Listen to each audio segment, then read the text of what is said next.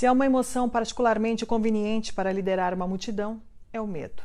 O medo coloca a grande maioria das pessoas no modo reflexo. Porém, um reflexo simples, quando você tem medo, é simplesmente seguir o grupo, porque acreditamos que errar com o grupo é melhor que errar sozinho, não é mesmo? E se o grupo foi devidamente orientado pelos manipuladores, o grupo segue em direção à solução apresentada sem pensar em absolutamente nada. Quando bem utilizado, o medo faz com que o indivíduo se esqueça totalmente da liberdade. A liberdade nunca traz uma resposta imediata, emocional, instintiva e definitiva aos perigos apresentados. A liberdade é uma resposta argumentada, fundamentada e equilibrada e não é páreo para as respostas instantâneas, prontas e reconfortantes por imediatismo. Os oponentes da liberdade, portanto, usam habilmente o medo, multiplicando mensagens indutoras de ansiedade e soluções prontas que vão em sua direção, como o planeta está esquentando, vamos reduzir já nossas necessidades de energia ou vamos morrer, ou até mesmo você vai morrer sufocado, isole-se rapidamente, evite todos, não se mexa, fique quieto, deixe que o Estado se encarregue de você. A necessidade, que não é realmente necessária, de responder de forma rápida à urgência criada artificialmente, acaba desarmando aqueles que estão acostumados à liberdade. Essa que requer reflexão e ponderação.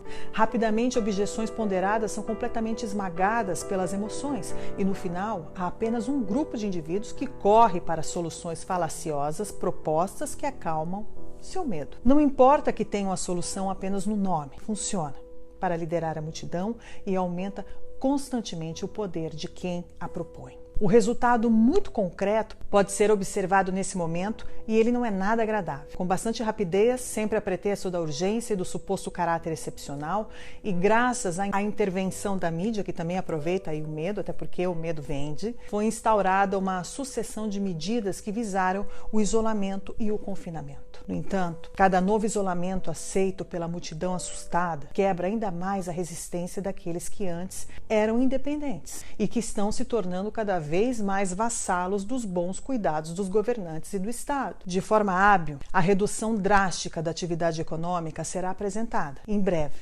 como benéfica para o clima. Isso é falso. Mas não importa, já que se trata novamente de manipular multidões e não ajudá-las. A lógica já foi mencionada. O medo fez milagres e a introdução do rastreamento permanente avança sem muita oposição. Claro que no início será o passaporte médico para não assustar o gado. Depois, o passaporte verde, que permitirá verificar a adequação comportamental com a agenda ambiental. E então, finalmente, o controle permanente das ações para verificar se estão de acordo com a crença oficial. O processo é transparente, simples, flexível e essa crença pode evoluir aí sem preocupações, porque o gado vai se adaptar. Obviamente, para evitar divergências, implementar a censura por pressão dos guerreiros da justiça social ou dos antifas para atingir os rebeldes pela liberdade. Os eventos recentes aí do Facebook, Twitter, YouTube e outros estão aí para provar este ponto. O aumento da pobreza e a colocação sob a tutela do Estado de um número crescente de indivíduos permite a introdução da renda universal, um passo magnífico na mais abjeta escravidão, já que este princípio é exatamente equivalente à distribuição de alimentos de graça para animais no zoológico.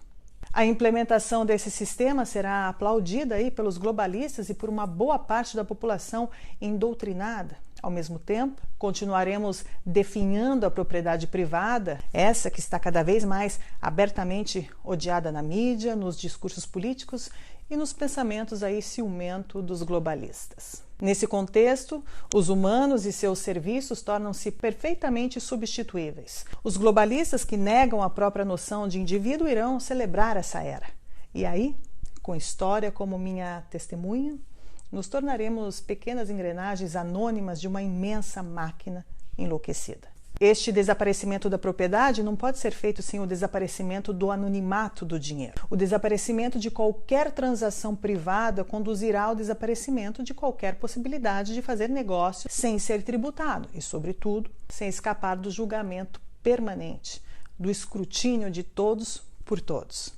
Cada transação se tornando pública, isso significa que cada uma é julgada permanentemente e por todos. A transparência total para a qual alguns idiotas aí batem palma é obviamente um pesadelo abominável, mas esses idiotas terão que se tornarem vítimas aí para entender o porquê.